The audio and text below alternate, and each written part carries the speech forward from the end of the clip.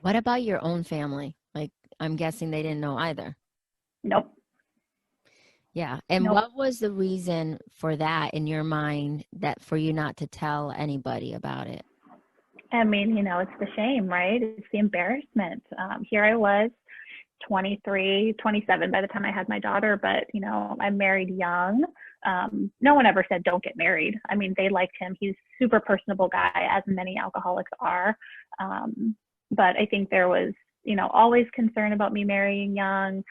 Um, and they saw over the years for sure kind of how he would disengage, he would help less with things, and they definitely saw all of that. But as far as like the alcoholism, everyone was totally blind until they weren't.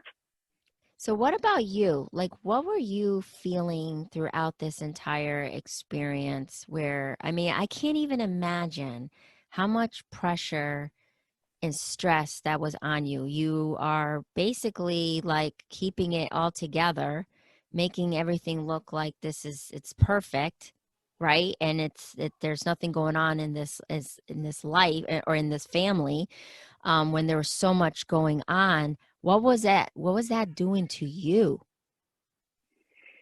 Oh man.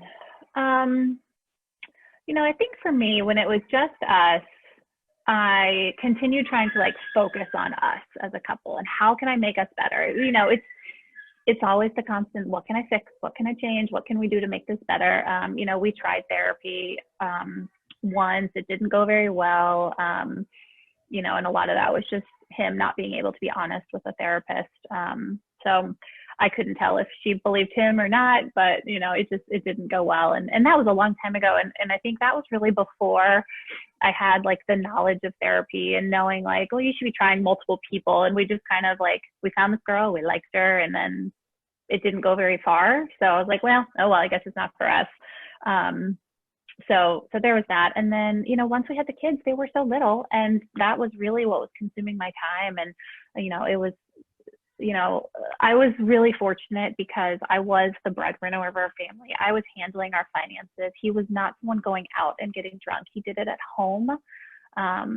So it's not like he was, running up huge tabs at a bar or anything like that. He wasn't out drunk driving, which was great. Like things like that made it easier for me to keep it a secret. And then I would just do what I could to try and control the situation. Okay. So, but like your mental health, like, you're a mom, you're your wife, you're keeping everything together. Like how, let me ask you this. The moment that you then you were not no longer with him, was there this sense, and I'm kind of fast forwarding, did you have this sense of release, this freedom, this like I can exhale? Or I mean, that's why I'm saying, like, I can't imagine that stress, keeping it all together, and then when you don't need to keep it together anymore, how did that feel? So it's interesting for me. Like, while I knew he was a problem drinker, I truly didn't know in my gut he was an alcoholic until I walked in on him drinking at 7 in the morning. Um, and I talk obviously all about this in the book, but I walked in on him pouring bourbon into his Coke can. So um, still a bad habit of mine. I'm sitting here with mine. But we always had them in the house. And so that was not unusual to see him with a Coke can at, 7 in the morning. But I did not know that at 7 in the morning, they also had bourbon poured into it. So it wasn't until I physically saw it and couldn't deny it. And literally when that happened, I mean, my son was only 9 months old at the time.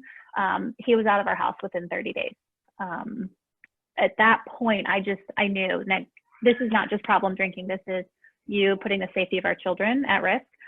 He had gone out on medical leave for stress and anxiety, alcoholism, about 6 months prior.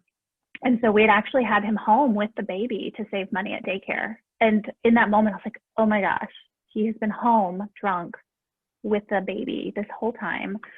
Which, as a mother, I was like freaking out about that, but grateful that, he was fine. So really that last 30 days before he left the house, where we were kind of going to try and go with this 3 strikes and you're out rule, that was that was really the most stressful time for me. Before then,